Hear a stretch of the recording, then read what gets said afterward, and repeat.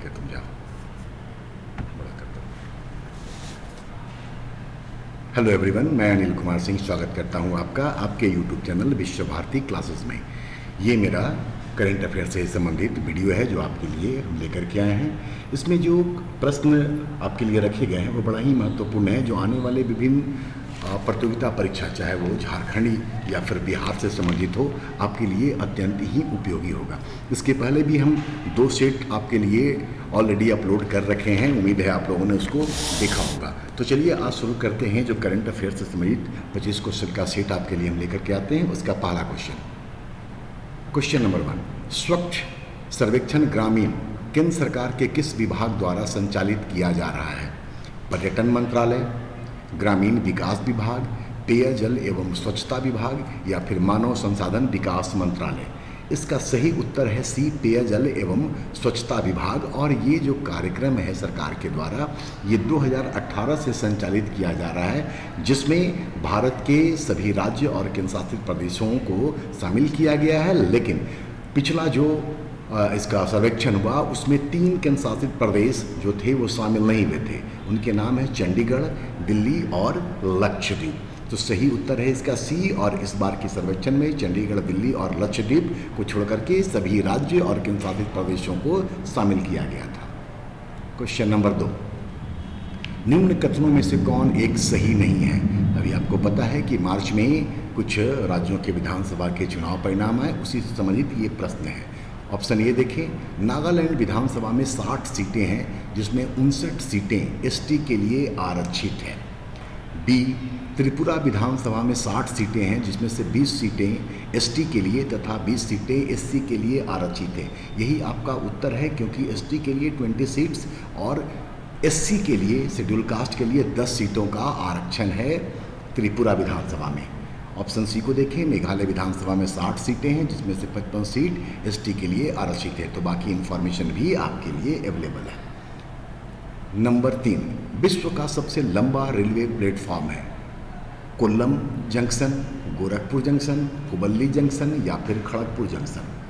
हम लोग परंपरागत रूप से यही जानते आ रहे हैं कि गोरखपुर जंक्शन भारत का सबसे लंबा रेलवे प्लेटफॉर्म रहा है, लेकिन अब ये स्थान परिवर्तित हो गया है और उसका स्थान अब ले लिया है हुबल्ली जंक्शन में। ये कर्नाटक में है और इसका जो प्लेटफॉर्म का लंबाई है वो 1507 मीटर है, 1507, जबकि गोरखपुर जंक्शन का जो लंबाई है वो है 1366.33, मतलब कि 1366.33 मीटर। तीसरे स्थान पर कोल्लम जंक्शन आता है और चौथे स्थान पर खड़गपुर जंक्शन आता है, और ये दुनिया के सबसे लंबे प्लेटफॉर्म में से प्रथम 4 हैं। नंबर 4, कौन एक सही नहीं है? कोल्लम भारत का पहला संविधान साक्षर जिला है। ये सही है, ये इन्फॉर्मेशन है आपके लिए। विश्व का सबसे लंबा नदी क्रूज एमवी गंगा विलास का संचालन मेसर्स अंतारा रिवर क्रूज द्वारा किया जा रहा है या संचालित है, ये भी सही है। नंबर सी, उत्तर प्रदेश का चंदौली 5G तकनीक लागू करने वाला पहला आकांक्षी जिला है। ये आपका इस प्रश्न में उत्तर है, क्योंकि ये सही नहीं है। पहला जो आकांक्षी जिला है वो है विदिशा, मध्य प्रदेश का, और 2018 में आकांक्षी जिला कार्यक्रम की शुरुआत की गई थी। आखिरी वाला भी आपके लिए एक इन्फॉर्मेशन का काम करेगा कि तिरुवनंतपुरम में विश्व का पहला ताड़पत्रों का पांडुलिपि संग्रहालय शुरू किया गया। नंबर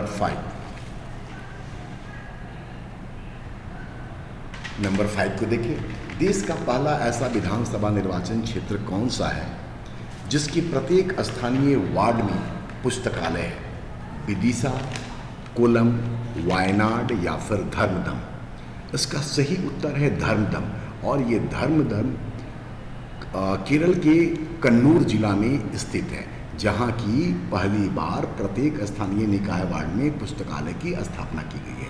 विदिशा अभी आपने पिछले क्वेश्चन में देखा कि 5G तकनीक वाला, कोल्लम उसके विषय ही बताए हैं, वायनाड ये केरल का एक ऐसा जिला है जहाँ पर सभी अनुसूचित जनजातियों को बुनियादी दस्तावेज सबसे पहले प्रदान किया गया, मतलब कि बुनियादी दस्तावेज प्रदान करने वाला यह पहला जिला है और ये दस्तावेज शेड्यूल्ड ट्राइब को उपलब्ध कराया गया है। नंबर 6, चांजू एवं देवथल चांजू पनबिजली परियोजना किस राज्य में है? जिसकी आधारशिला गत वर्ष मतलब कि 2022 में रखी गई थी? सिक्किम में, हिमाचल प्रदेश में, अरुणाचल प्रदेश में या फिर मणिपुर में? इसका सही उत्तर है बी, हिमाचल प्रदेश, और ये हिमाचल प्रदेश के चंबा जिले में अवस्थित है। नंबर 7, औसत विभाग मतलब कि डिपार्टमेंट ऑफ फार्मास्यूटिकल ने बल्क ड्रग पार्क को बढ़ावा देने के लिए 3 राज्यों को इसकी स्थापना के लिए मंजूरी दी है। इसमें कौन सा राज्य शामिल नहीं है? हिमाचल प्रदेश, गुजरात, आंध्र प्रदेश और केरल, और इसका सही उत्तर है डी, केरल। वैसे ये जानकारी भी हासिल कर लें कि औषधियों के निर्यात में भारत का हिस्सेदारी विश्व में 3.5% है, 3.5%। भारत में जो पहला बल्क ड्रग पार्क की आधारशिला रखी गई थी वो रखी गई थी 10 अक्टूबर 2022 को गुजरात के भरूच में, और दूसरा हिमाचल प्रदेश के ऊना में 13 अक्टूबर 2022 को, मतलब पिछले वर्ष। नंबर 8, 5 जून 2022 को सिक्किम सरकार ने किसे राज्य तितली मतलब स्टेट बटरफ्लाई घोषित किया है? Krishna peacock, blue mormon, Malabar tree nymph या ब्लू ड्यूक? सही उत्तर है इसका ब्लू ड्यूक। और कृष्णा पीकॉक जो है और ब्लू ड्यूक, इन दोनों के बीच में वहाँ पर जनमत संग्रह कराया गया था, जिसमें कृष्णा पीकॉक के लिए 43% वोट आए थे और ब्लू ड्यूक के लिए 57%, जिसके बाद ब्लू ड्यूक को राज्य तितली घोषित किया गया। मालाबार ट्री निम्फ जो है ये गोवा का राज्य तितली है, जबकि ब्लू मॉर्मॉन ये महाराष्ट्र का स्टेट बटरफ्लाई या राज्य तितली है। नंबर 9, नामसाई घोषणा पत्र पर हस्ताक्षर करने वाले राज्य हैं। सीधा इसका उत्तर हम लोग जान लेते हैं कि इसका सही उत्तर है असम एवं अरुणाचल प्रदेश। ये जो घोषणा पत्र पर हस्ताक्षर किया गया उसमें असम के मुख्यमंत्री हिमंत बिस्वा शर्मा और अरुणाचल की पेमा खांडू के बीच में किया गया। दरअसल इन दोनों के बीच में ये जो नामसाई घोषणा पत्र है वो 123 गांवों से संबंधित, जो इन दोनों राज्यों के बीच में सीमा विवाद चल रहा था उससे ये संबंधित रहा है। ठीक है, तो इसका सही उत्तर है ए। नंबर 10 को देखें। भारत में अपनी शाखा खोलने वाला पहला विदेशी विश्वविद्यालय है Cambridge university, Osaka university, Deccan university और कैलिफोर्निया यूनिवर्सिटी। कैम्ब्रिज विश्वविद्यालय आप सब जानते हैं इंग्लैंड में है, ओसाका जापान में, डेक्कन यूनिवर्सिटी ऑस्ट्रेलिया का है, और आपका सही उत्तर भी है सी, ऑस्ट्रेलिया का डेक्कन यूनिवर्सिटी भारत में अपनी शाखा खोलने वाला पहला विदेशी विश्वविद्यालय है। Number 10, NATO North Atlantic Treaty Organization का अंतिम सदस्य है स्वीडन, फिनलैंड, जॉर्जिया और डी, बोस्निया एवं हर्जेगोविना। सही उत्तर है इसका फिनलैंड, और फिनलैंड को सदस्य बनाए जाने के साथ ही नेटो की सदस्य संख्या 31 पहुंच गई है, जबकि 2020 में मैसेडोनिया को नेटो का 30वां सदस्य बनाया गया था। नेटो अभी इन दिनों रसिया और यूक्रेन के बीच में युद्ध के दौरान काफ़ी चर्चा में रहा है, तो यहाँ से प्रश्न पूछे जाने की संभावना बन जाती है। दरअसल 4 अप्रैल 1949 को नेटो की आधारशिला रखी गई थी और इसको वाशिंगटन ट्रीटी के भी नाम से जाना जाता है, वाशिंगटन ट्रीटी के नाम से भी जाना जाता है, और इसकी जो मुख्यालय है वो है ब्रुसेल्स, बेल्जियम में। ब्रुसेल्स नेटो का मुख्यालय है। नेक्स्ट क्वेश्चन देखते हैं। वैश्विक आतंकवाद सूचकांक 2023 में आतंकवाद प्रभावित राष्ट्रों में भारत का कौन सा स्थान है? सही उत्तर ही सीधा जानते हैं हम लोग इसमें। भारत का स्थान है 13वां, जबकि पहला स्थान है विश्व में अफगानिस्तान का। दूसरे स्थान पर बर्किना फासो है, 3 नंबर पर सोमालिया, 4 नंबर में माली और 5वें नंबर पर सीरिया आता है। जबकि ब्रिक्स देशों में अगर हम लोग देखें तो चीन इससे बिल्कुल भी अप्रभावित है। ठीक है, और वैश्विक स्तर पर 71 देश ऐसे हैं जो कि वैश्विक आतंकवाद से प्रभावित नहीं माने जाते हैं, और ये जो आकलन है वो 163 राष्ट्रों के बीच में किया गया, जो कि विश्व के लगभग 99.7% आबादी को प्रदर्शित करता है।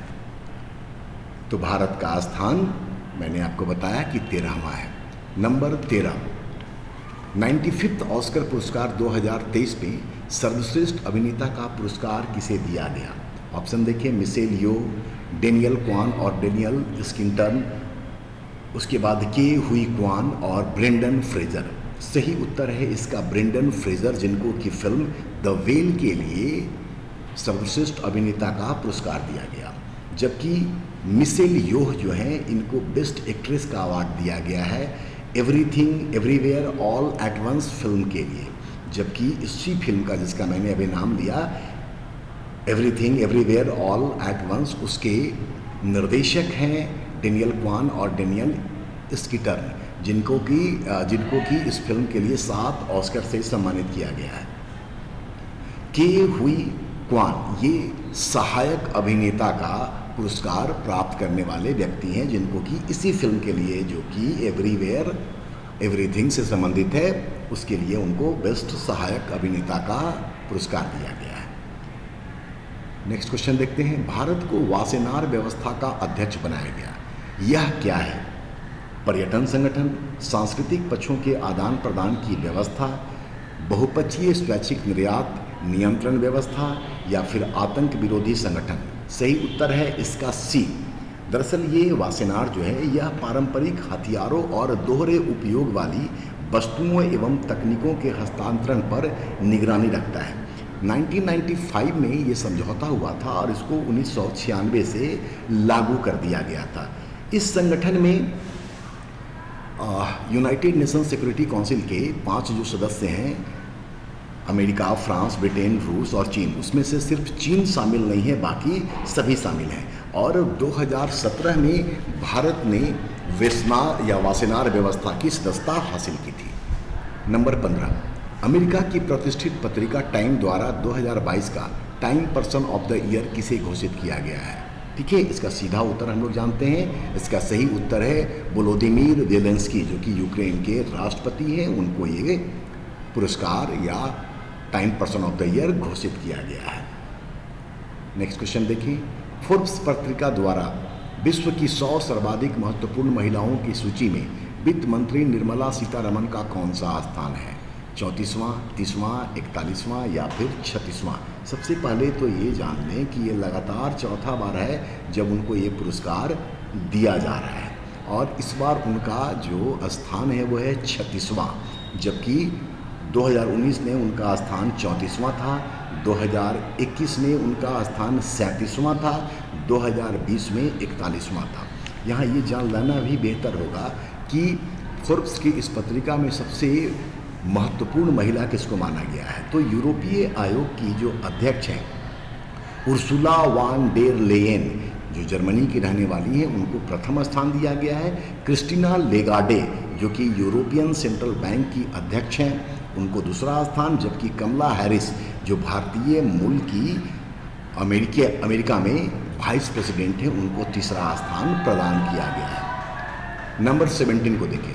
वर्ष 2022 का नोबेल शांति पुरस्कार एक व्यक्ति एवं 2 संस्था को दिया गया है, जिसमें शामिल नहीं है। तो एक व्यक्ति का नाम और 2 संस्था का नाम आपको ढूंढना है। तो इसका सही उत्तर है एनी अर्नो, क्योंकि एनी अर्नो को साहित्य का नोबेल पुरस्कार दिया गया। एनी अर्नो साहित्य का नोबेल पुरस्कार प्राप्त करने वाली ओवरऑल 17वीं महिला है, जबकि फ्रांस की पहली महिला है जिनको कि ये पुरस्कार प्रदान किया गया है। एलिस बियालियात्स्की जो हैं, ये जो ऑप्शन डी में आप देख रहे हैं, ये बेलारूस के ह्यूमन राइट एक्टिविस्ट हैं। मेमोरियल जो है ये भी यूएसएसआर में है और 1987 में स्थापित होने वाला मानवाधिकार संगठन है, जबकि सेंटर फॉर सिविल लिबर्टीज 2007 में यूक्रेन की राजधानी कीव में स्थापित की गई, जो कि मानवाधिकार एवं लोकतंत्र को बढ़ावा देने से संबंधित कार्य को कर रहा है। नेक्स्ट क्वेश्चन देखिए, क्वेश्चन नंबर 18। संयुक्त राष्ट्र जलवायु परिवर्तन सम्मेलन 2022 मतलब COP27 का आयोजन नवंबर 2022 में किस स्थान पर आयोजित किया गया? सही उत्तर इसका है शर्म अल शेख, जो कि इजिप्ट या मिस्र में है। और इस सम्मेलन की खासियत ये रही कि पहली बार 27 वर्षों के इतिहास में पहली बार ऐसा हुआ कि कृषि विषय पर एक दिन पूरी चर्चा की गई। COP27 जो हुआ था 2021 में वो ग्लासगो में हुआ था। 2023 में जो COP28 होगा ये दुबई में प्रस्तावित है। ठीक है। नंबर 19, 11 मार्च 2023 को माउंट मेरापी में ज्वालामुखी उद्गार हुआ, ये कहाँ है? इसका सीधा उत्तर हम लोग जानते हैं, ये इंडोनेशिया में है और ये इंडोनेशिया का एक एक्टिव वोल्केनो है। नंबर 20, 2023-24 के बजट में सकल कर राजस्व प्राप्ति ग्रॉस रेवेन्यू रिसीट के संदर्भ में क्या सही नहीं है? सकल कर राजस्व जीडीपी का 11.1% है, ये सही है। इसमें डायरेक्ट टैक्सेस का हिस्सेदारी 6% और इनडायरेक्ट टैक्स का हिस्सेदारी 5.1% है। बी देखिए, कुल राजस्व प्राप्तियों में प्रत्यक्ष कर की हिस्सेदारी 54.25% है, ये भी सही है। सी को देखें, वस्तु एवं सेवा कर से 9.23 लाख करोड़ रुपए की प्राप्ति की गई। दरअसल ये सही नहीं है, क्योंकि 9.23 लाख निगम कर से प्राप्त हुआ है, ठीक है, जो कि दूसरे स्थान पर ओवरऑल टैक्स कलेक्शन में आता है। 9.57 लाख रुपए की प्राप्ति की गई थी वस्तु एवं सेवा कर से। और लास्ट देखिए, कुल राजस्व प्राप्तियों में अप्रत्यक्ष कर की हिस्सेदारी 45.75% है, ये सही है। तो बाकी इन्फॉर्मेशन भी आपके लिए अत्यंत ही महत्वपूर्ण है। नंबर 21, भारत में नवीकरणीय ऊर्जा में सबसे अधिक हिस्सेदारी पवन ऊर्जा की है और इसमें सबसे अग्रणी राज्य है। सीधा इसका आंसर ही हम लोग देखते हैं। इसका सही उत्तर है तमिलनाडु, जो कि पहले नंबर पर है। दूसरे नंबर पर गुजरात और तीसरे नंबर पर कर्नाटक आता है पवन ऊर्जा के मामले में। तो सही उत्तर है इसका बी। नंबर 22, 15th वित्त आयोग द्वारा कर अंतरण के लिए तैयार किए गए मानदंड में जनांकिकीय उपलब्धि को कितना भारांश या वेटेज दिया गया है? 45, 15, 10 या फिर 12.5? सही उत्तर है इसका 12.5। 45 जो भारांश दिया गया है वो आय के अंतर को दिया गया है, 15% जनसंख्या को दिया गया है और 10% वन एवं पारिस्थितिकी को दिया गया है। नंबर 23, स्पार्क क्या है? इसका सही उत्तर है ए, भारत का प्रथम अंतरिक्ष विषय से संबंधित वर्चुअल संग्रहालय। जबकि अन्य को जाने अगर, भारत का प्रथम निजी प्रक्षेपण यान, इसका नाम है विक्रम 7। सी देखें, विश्व का पहला मैला ढोने वाला रोबोट, इसका नाम है बैंडिकूट। ये केरल के द्वारा तैयार किया गया है, इसका अनावरण कर दिया गया है। और विश्व का सबसे तेज या द्रुततम सुपर कंप्यूटर का नाम है फ्रंटियर, जो कि अमेरिका का है। तो फ्रंटियर विश्व का द्रुततम सुपर कंप्यूटर है। दो और क्वेश्चन है जिसको देखिए हम लोग। 24, देश का 53वां बाघ अभयारण्य उत्तर प्रदेश में कहाँ अवस्थित है? सही उत्तर है इसका रानीपुर और बाकी रानीपुर बाघ अभयारण्य, और बाकी जो ऑप्शन में है ये सब उत्तर प्रदेश के बाघ अभयारण्य से ही संबंधित है। नंबर 25, सियाचिन में तैनात होने वाली पहली महिला अधिकारी कौन है? सही उत्तर इसका है शिवा चौहान, कैप्टन शिवा चौहान। जबकि अभिलाषा बराक जो है ये भारतीय सेना की पहली लड़ाकू एविएटर के तौर पर मई 2022 में नियुक्त की गई। ये भारतीय सेना की पहली लड़ाकू एविएटर है। तो ये 25 क्वेश्चन, ये बड़ा ही महत्वपूर्ण क्वेश्चन था। इसको आप अवश्य देखें, इसको नोट कर लें, आने वाले परीक्षाओं में आपके लिए अत्यंत उपयोगी सिद्ध हो सकता है। चलिए, धन्यवाद, देखते रहिए और अपनी प्रतिक्रिया अवश्य दीजिए।